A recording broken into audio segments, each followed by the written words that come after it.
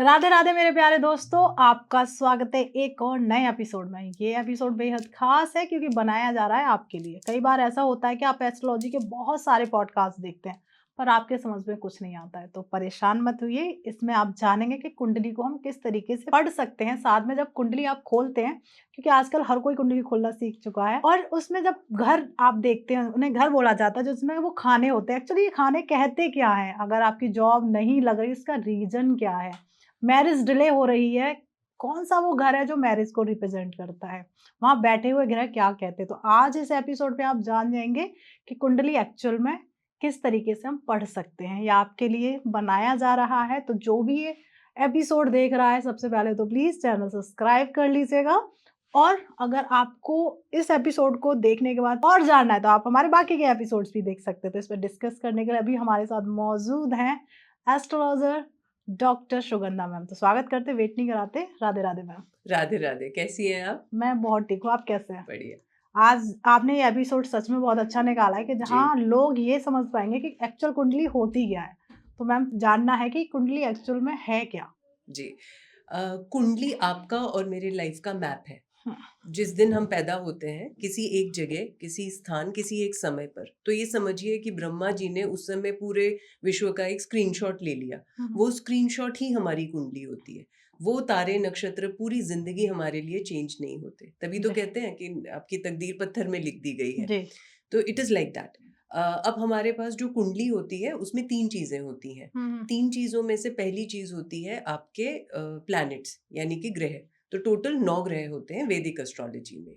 12 houses होते हैं या 12 हाउसेज़ होते हैं और 12 ही राशियाँ होती हैं या 12-12 9। ये सिंपल सा फ़ॉर्मूला बस यही काम करता है। क्या बात है। अब जैसे लोग कुंडली खोलते हैं तो उसमें जो घर दिखते हैं, जो जी। 12 हुँ, होते हैं हुँ। टोटल, तो उनका क्या एक्चुअल में मतलब होता है? जो पहला घर होता है वो क्या कहता है मैम? जी। घर बिल्कुल वैसा है, आम साधारण आदमी को अगर समझना हो, जैसे आप और हम घर में रहते हैं। जी अब हम मल्टी स्टोरीड घर में रहते हैं या सिंगल स्टोरीड, उतनी सी फ़र्क होती है, जी पर जी। घर घर होता है। बिल्कुल। उसी तरीके से हमारे जो प्लैनेट्स होते हैं वो भी घरों में रहते हैं। हम्म। और कौन सा प्लैनेट कौन से घर में बैठेगा ये तय करता है कि आपका जन्म किस दिन किस जगह हुआ। हम्म। और वही प्लैनेट हमारी डेस्टिनी बनाता है। जैसे लोग कहते हैं ना कि राहु खराब है या राहु अच्छा है, तो राहु आपके लिए हो सकता है बहुत खराब हो, मेरे लिए बहुत अच्छा हो। हम्म। या कहते हैं गुरु हमेशा अच्छा ही अच्छा होता है, ज़रूरी नहीं है। हो सकता है मेरे लिए वो बहुत खराब हो, आपके लिए बहुत अच्छा हो। तो ये डिपेंड करता है कि किस घर में बैठा है। वही प्लैनेट अच्छे घर में बैठ के अच्छे रिज़ल्ट्स दे सकता है, सेम प्लैनेट गलत घर में बैठ के बहुत ही खराब रिज़ल्ट दे सकता है। ओके, अभी आपने ये बताया कि डिपेंड करता है हाउस के ऊपर। हाउस के ऊपर।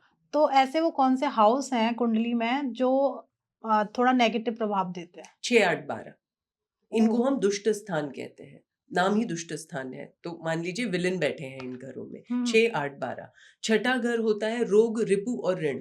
यानी कि बीमारी घुसी हुई है, शत्रु घुसा हुआ है और कर्जा घुसा हुआ है, कोर्ट केसेस घुसे हुए हैं। हुँ, हुँ। छठा घर बहुत खराब माना जाता है। दूसरा है 8वां। 8वां तो हाउस ऑफ ट्रांसफॉर्मेशन है, हाउस ऑफ रीबर्थ। इसको हम कहते हैं गड्ढा है एक तरीके का, रंध्र भाव कहते हैं संस्कृत में। रंध्र यानी गड्ढा, जो ब्लैक होल की तरह अंदर चला गया तो बाहर नहीं आता, है ना? हुँ। और जो 12वां घर होता है वो होता है आपका एक्सपेंसेस का, फॉरेन ट्रैवल का, सेपरेशन का, इम्प्रिजनमेंट का, हॉस्पिटलाइजेशन का, तो बहुत सारी नेगेटिव चीज़ें हैं। हालाँकि मैं यहाँ क्लियर कर दूँ कि हर एक भाव अच्छा और बुरा होता है। इवन 6, 8, 12 में भी कुछ न कुछ अच्छाई छुपी हुई है। हुँ। लेकिन मोटे तौर पे 6, 8, 12 को हम खराब ही मानते हैं। अब लोग कई बार कन्फ्यूज़ हो जाते हैं कि उनकी जॉब नहीं लग रही। तो जी। कौन-सा ऐसा हाउस है जिससे पता करें कि जॉब के लिए हमारा ये वाला हाउस हमें परेशान कर रहा है? किस तरीके से? 10th हाउस वो आपका कर्म भाव होता है, दशम भाव। 10th हाउस कर्म भाव होता है। अब कई बार लोगों को लगता है, जैसे मान लेते हैं कोई हाउसवाइफ है, तो वो मुझसे कई बार ये क्वेश्चन पूछती हैं क्लासेस में कि मैम मैं तो हाउसवाइफ हूँ, मेरा कोई करियर नहीं है, हुँ, तो फिर मेरे लिए 10th हाउस कैसे काम करेगा? आप कह रही हैं 10th हाउस यानी कि करियर।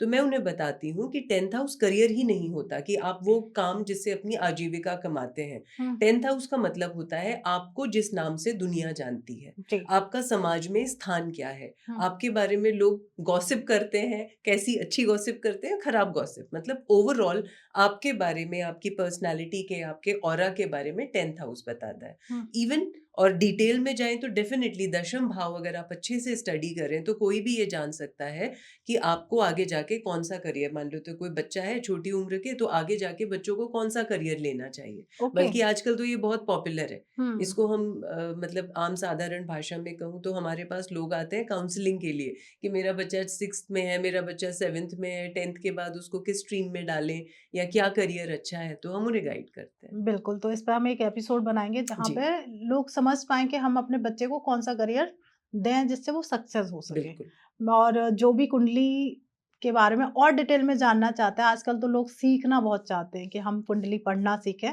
तो आप मैम से कनेक्ट कर सकते हैं। मैम प्रॉपर वे में आपको सिखाती हैं, मैम के बहुत सारे कोर्सेज़ आते ही रहते हैं जिसमें आप नक्षत्र है, एस्ट्रोलॉजी है, न्यूमरोलॉजी है, वास्तु है, तो आप उस जितने भी आप कोर्स करना चाहते हैं तो आप मैम से कनेक्ट कर सकते हैं। अब मैम आता है कि लोगों की मैरिज जी। सबसे बड़ा प्रॉब्लम हुँ। ये होता है कि मैरिज हो नहीं रही है, जी, डिले है, जी, मैरिज में जी, झगड़े बहुत हैं, जी। तो उसके लिए वो कौन-सा घर देखा जाता है? 7वाँ घर, उसको हम कलत्र भाव कहते हैं, स्पाउस। हुँ, मतलब मान लेते हैं जैसे मैंने आपसे कहा कुंडली में 12 घर होते हैं, जी, पहले से लेके 12वाँ। ठीक है। और अगर हम अच्छा जो चार्ट बनता है 2 तरीके से इंडिया में मेनली बनता है। जी। एक होता है नॉर्थ इंडियन स्टाइल उत्तर भारत में, हुँ, हुँ, दूसरा होता है साउथ इंडियन स्टाइल जो दक्षिण भारत में बनता है।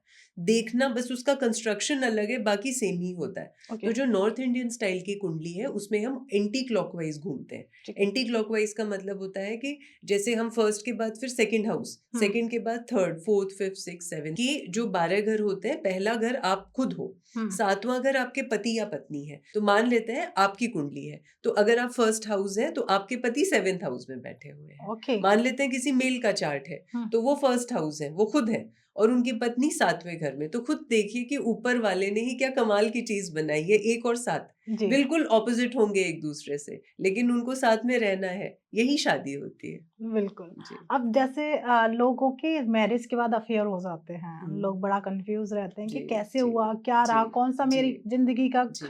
योग था या कुंडली का योग था, वो किस भाव से देखा जाता है? 7th और 11th से देखा जाता है। एक्चुअली जो 11वां भाव होता है ना, वो मल्टिप्लिकेशन का घर है। 11वें में जाके चीज़ें बढ़ जाती बढ़ हैं। जाती है। हम डेफ़िनेटली मल्टिप्लिकेशन नहीं चाहते शादी का, है ना? तो एक तो 11वां भाव, 11वें भाव में अगर शुक्र बैठा है, 11वें भाव में अगर बुध बैठा है, तो ये इस ओर इंडिकेशन होता है। लेकिन उसके भी तोड़ होते हैं, कैंसलेशन रूल्स भी होते हैं, तो सिर्फ़ इतना सा देख के कोई अंदाज़ा ना लगाइए। ये इशारा ज़रूर करता है, लेकिन कैंसलेशन हो सकता है। ओके।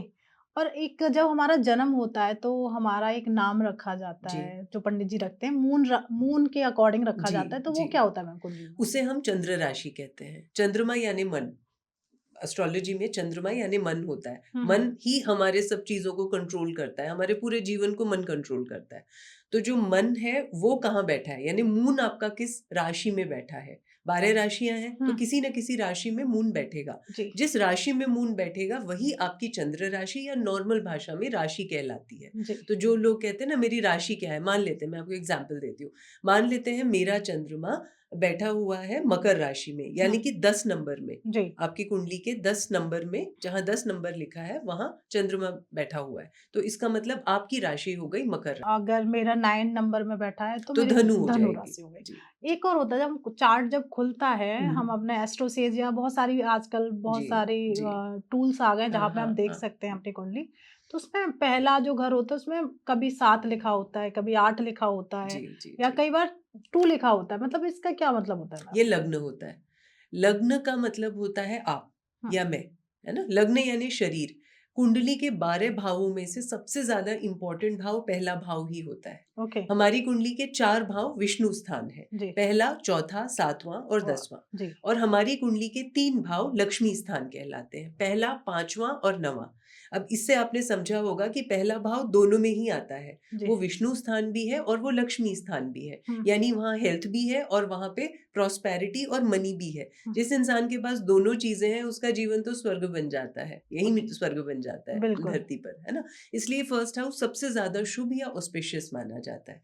उसे ही हम लग्न भाव या अंग्रेजी में असेंडेंट कहते हैं। ओके, फर्स्ट हाउस में आपके कोई भी नंबर लिखा हो सकता है 1 से लेके 12 तक। क्यों? क्योंकि 12 राशियां होती हैं। हर एक नंबर अलग अलग राशि को डिनोट करता है। जैसे एग्जाम्पल के लिए मान लो 1 नंबर लिखा है तो राशि हो गई मेष, 2 नंबर लिखा है तो राशि हो गई वृषभ यानी कि टॉरस, 3 नंबर लिखा है तो राशि होगी आपकी जेमिनाई यानी कि मिथुन, 4 नंबर लिखा है तो राशि होगी कर्क जिसे अंग्रेजी में कैंसर कहते हैं। इस तरीके से हमारी अलग अलग नंबर फर्स्ट हाउस में होने से आपको लग्न पता पड़ जाता ये तो हमने मैम कुंडली देख ली। अब कई लोगों के सवाल ये होगा कि हमें तो अपना टाइम ही नहीं पता, हमें तो अपनी कुंडली ही नहीं पता, है। जी, हमारा जन्म कब जी, हुआ था। जी।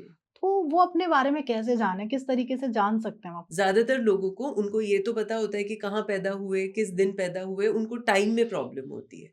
तो ऐसे में हम प्रश्न करवाते हैं। जैसे मान लो आप अभी मुझसे अपना प्रश्न पूछें, आपके 100 प्रश्न हो सकते हैं। जी। इस समय घड़ी में जितना बजा है, आप जहाँ बैठ के मुझसे प्रश्न पूछ रही हैं और आज की तारीख क्या है, हाँ, इन तीनों के हिसाब से उसी क्वेश्चन के लिए एक बर्थ चार्ट निर्माण हो जाएगा। यही तो ओके, चाहिए होता है ना, ओके। टाइम, प्लेस और बर्थ, कुंडली बन जाती है। जी, जी। आपके दुनिया में कठिन से कठिन, मुश्किल से मुश्किल सवाल का इससे आंसर मिल जाता है। ओके, जी, इसी को प्रश्न शास्त्र कहते हैं। ओके, प्रश्न कुंडली। प्रश्न कुंडली। जी, ओके, तो अब घबराने की बात नहीं है, जिसके पास नहीं है अपना टाइम और डेट ऑफ बर्थ, उन वो भी अपने बारे में जान सकते हैं। बिल्कुल, बिल्कुल, बिल्कुल। Okay ma'am. तो अब हम जान लेंगे मैम आपसे कि करियर किस तरीके से देखें, क्योंकि माँओं का बहुत कंसर्न रहता है कि मेरा बेटा किस में जाए, जहाँ वो हर कोई एक पेरेंट चाहता है ना इसका बिल्कुल, बच्चा हमेशा राइज़ अच्छा करे, करे। सक्सेस मिले उसे। तो जी। उसके लिए हम नेक्स्ट एपिसोड करते हैं जहाँ पे हम करियर वाइज़ लोगों को डिटेल में समझाएँगे कि वहाँ बैठा हुआ ग्रह क्या कहता है और किस तरीके से करियर चूज़ करना है।